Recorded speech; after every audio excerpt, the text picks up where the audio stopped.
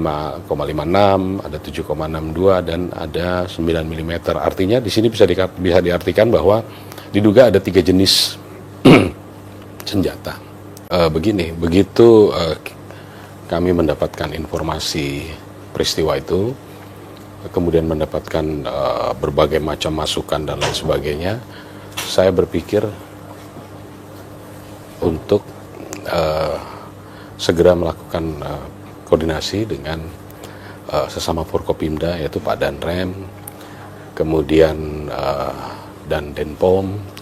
Saya minta untuk bisa berkumpul di Polda untuk membahas situasi ini, kemudian sama-sama kita mendekat ke lokasi. Nah, dari situ kemudian bertemu dengan Kapolres Waikanan dan Dim Waikanan, kita berdiskusi panjang lebar.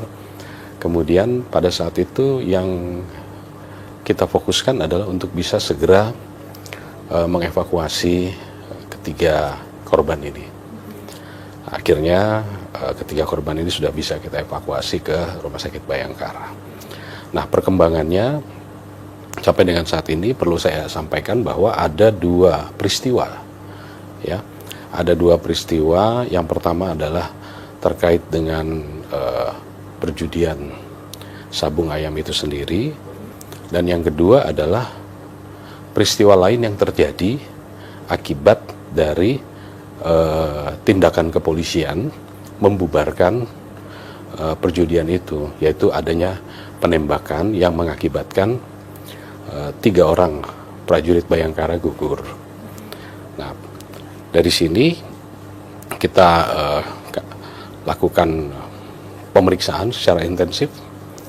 Ada yang melakukan olah TKP malam-malam, datang ke lokasi, kemudian dari polisi?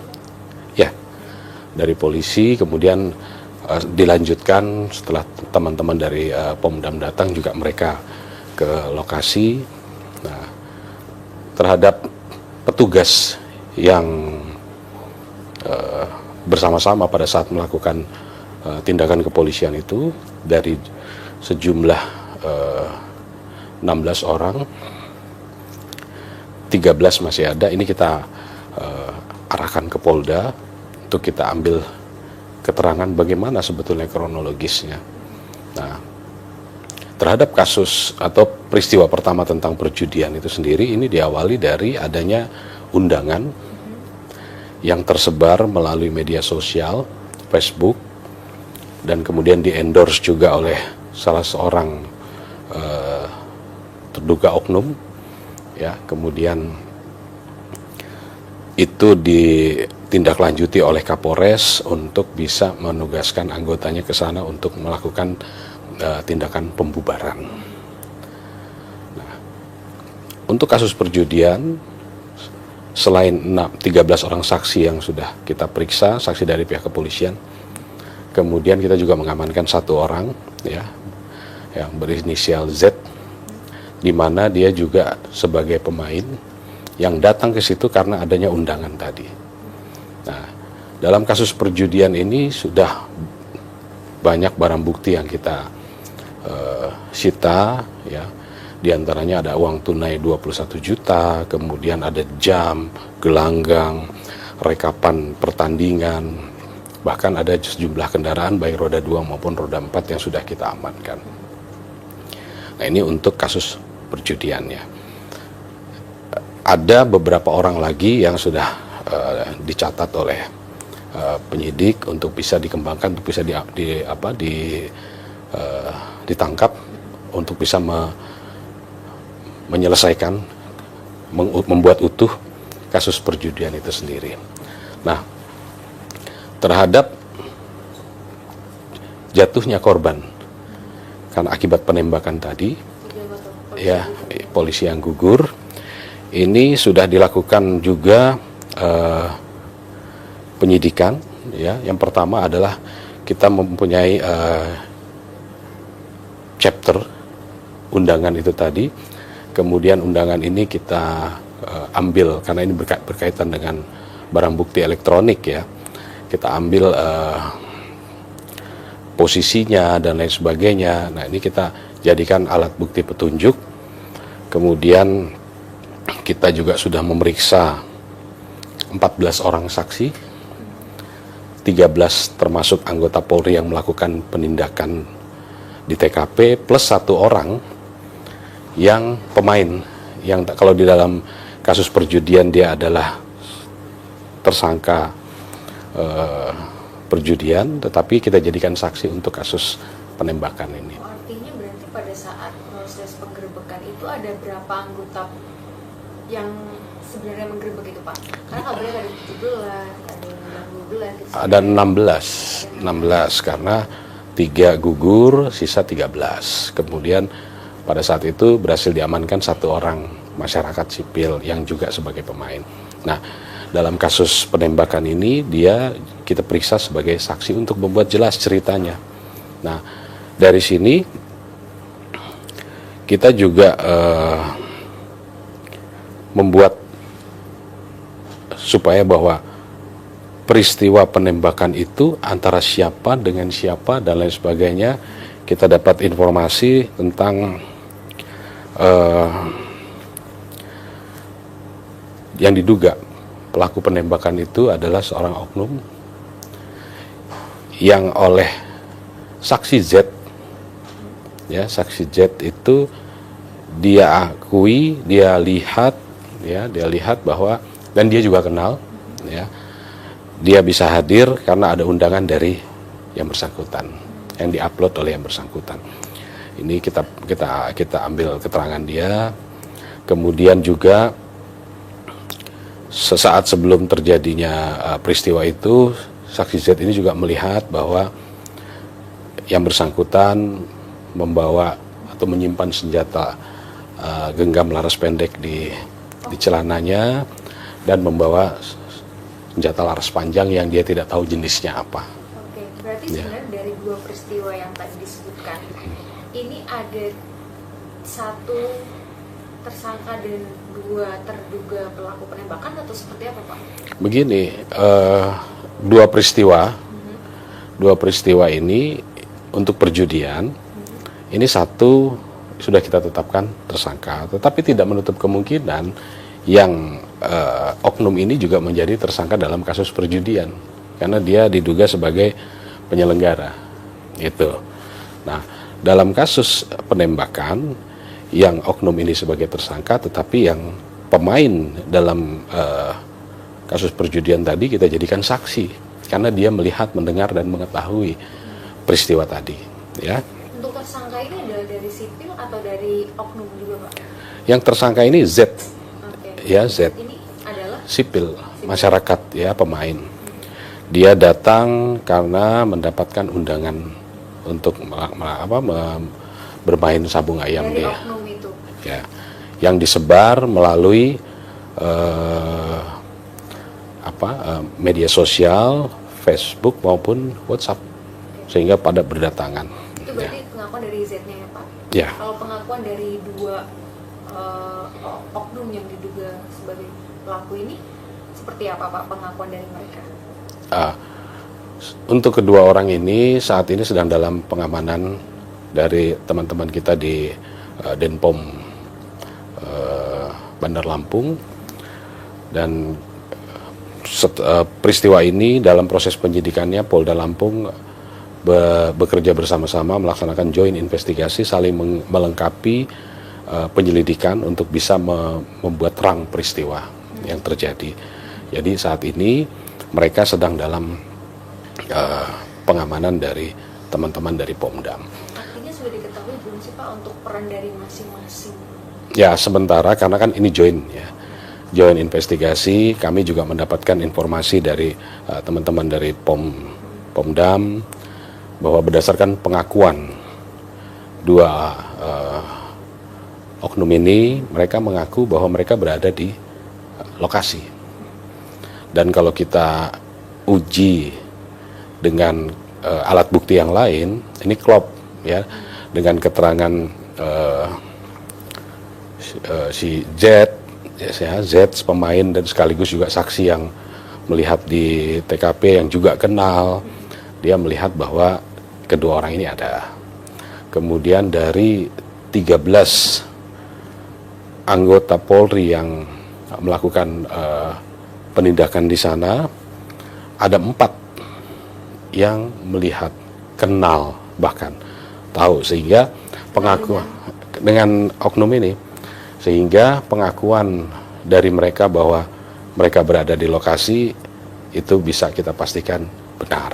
Artinya dari 4 orang ini juga dijadikan sebagai saksi saksi utama ya Pak?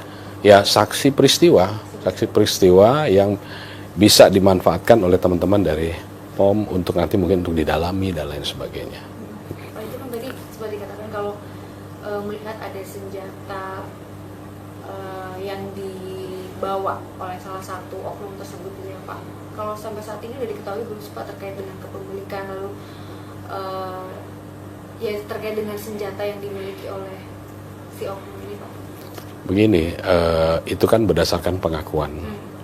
Berdasarkan pengakuan dia kepada penyidik POM bahwa dia ada di lokasi, dia melakukan penembakan, dan dia membawa senjata api. Nah, bahkan dia mengakui bahwa senjata api itu adalah senjata api rakitan. Nah, kita penyidik harus bisa membuktikan keterangan pengakuan tadi dan mencari alat bukti yang bisa mendukung. Gitu ya. Contoh misalkan melakukan penembakan, dia mengakui bahwa dia melakukan penembakan. Nah, dari keterangan penembakan ini klop juga dengan 4 orang saksi dari petugas yang melihat bahwa dia melakukan penembakan. Nah, kita temukan juga ada selongsong di TKP yang jumlahnya ada sekitar 13 selongsong peluru dengan kaliber yang berbeda-beda, ada 5,56, ada 7,62 dan ada 9 mm. Artinya di sini bisa diartikan bahwa diduga ada 3 jenis senjata. Tapi ini harus didalami ya. Harus didalami.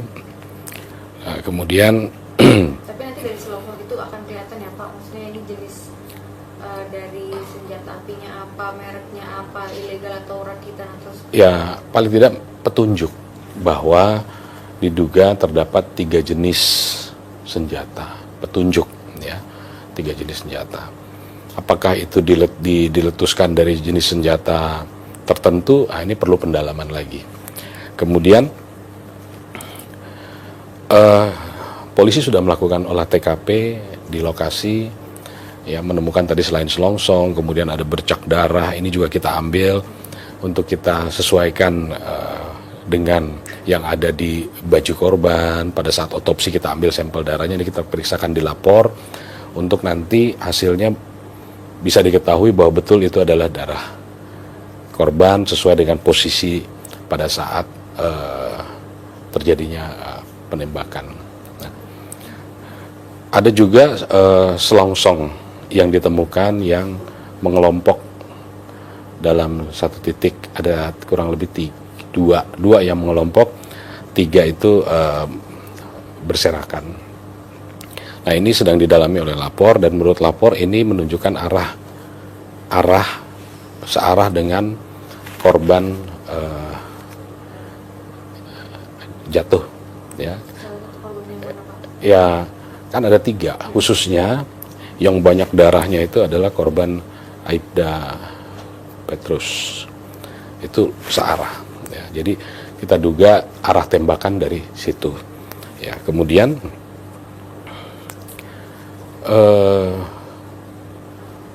kita juga melakukan pemeriksaan dengan dibawa ke Rumah Sakit Bayangkara, kita melakukan otopsi ya.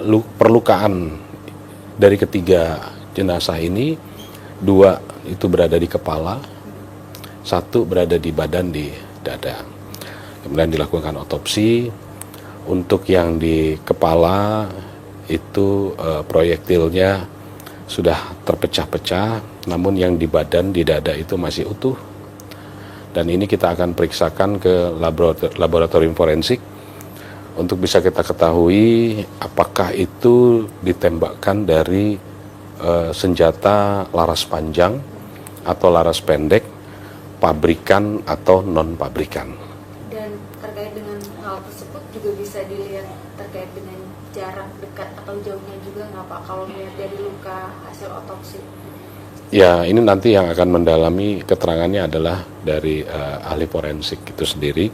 Namun keempat orang yang kita periksa sebagai saksi itu melihat yang diduga pelaku ini melakukan penembakan dari jarak yang ya dibilang jauh-jauh, dibilang dekat-dekat ya, ada yang bilang 6 meter, 5 meter, 13 meter. Nah, di antara 4 orang ini juga ada yang kenal betul dengan terduga pelaku ini. Sehingga dia bisa memastikan bahwa ini dia melakukan penembakan.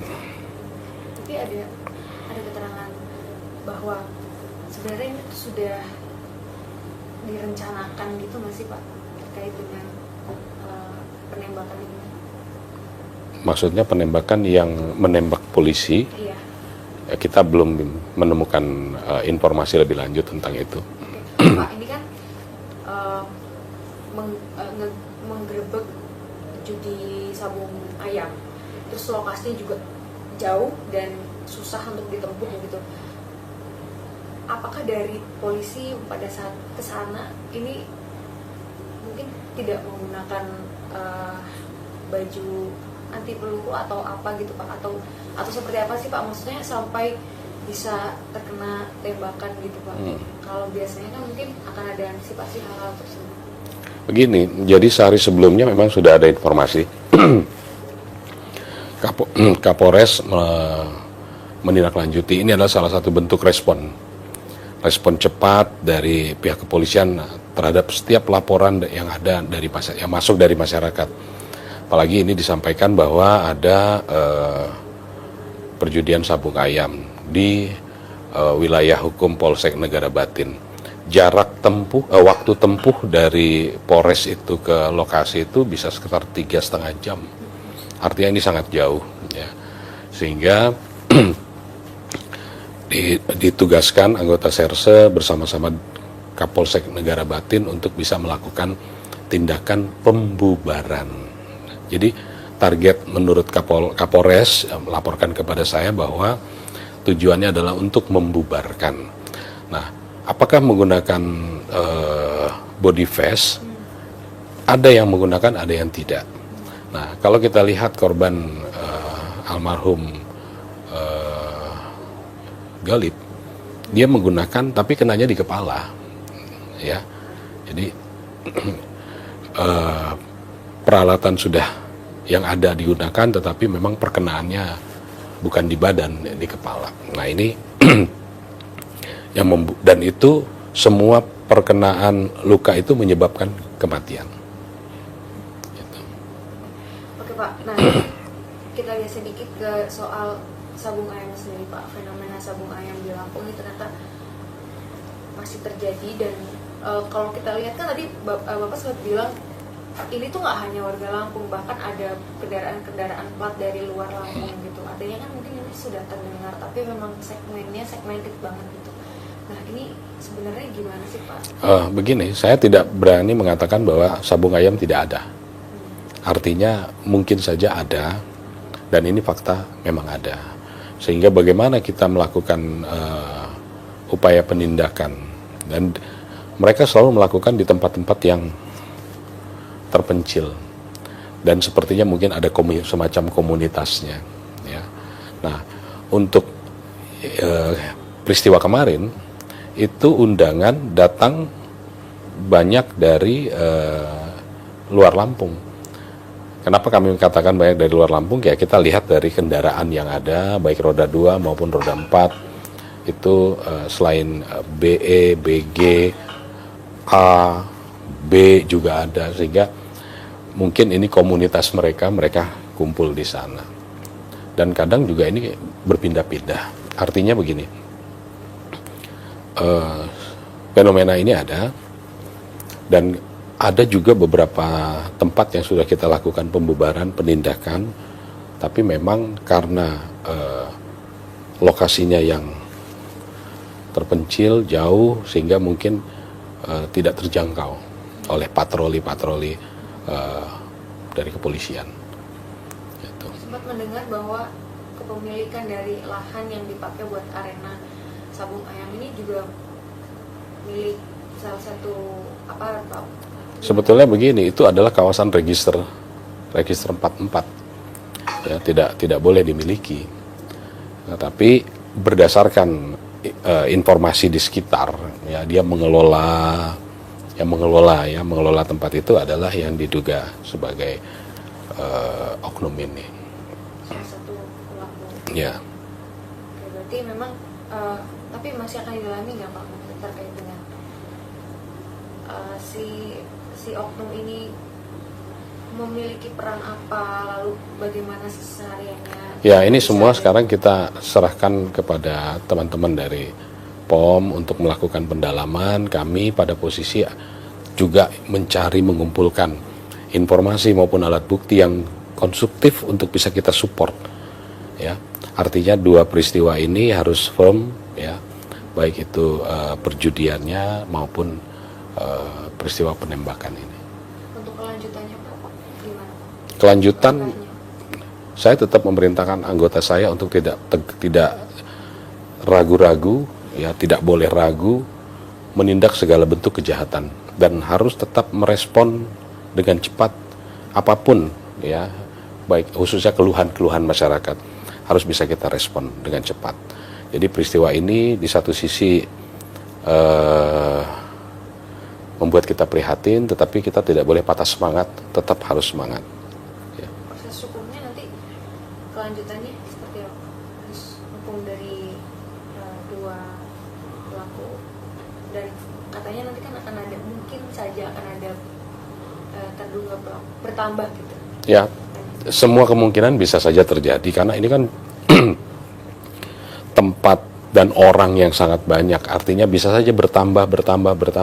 Nah, dan karena ini sudah joint investigation, tentu semua akan diproses sesuai dengan porsi dan takaran serta persangkaan, kemudian juga aturan perundang-undangan yang berlaku bagi kedua belah pihak, gitu, baik itu mungkin yang sipil, mungkin TNI, itu pasti, ya. Pak Panglima tadi sudah, Pangdam maksudnya sudah menyampaikan pada kita sepakat bahwa ini kita harus usut secara tuntas.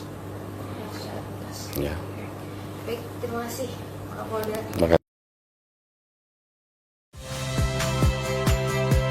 Saya Friska Clarissa. Saksikan program-program Kompas TV melalui siaran digital, pay TV, dan media streaming lainnya. Kompas TV, independen, terpercaya.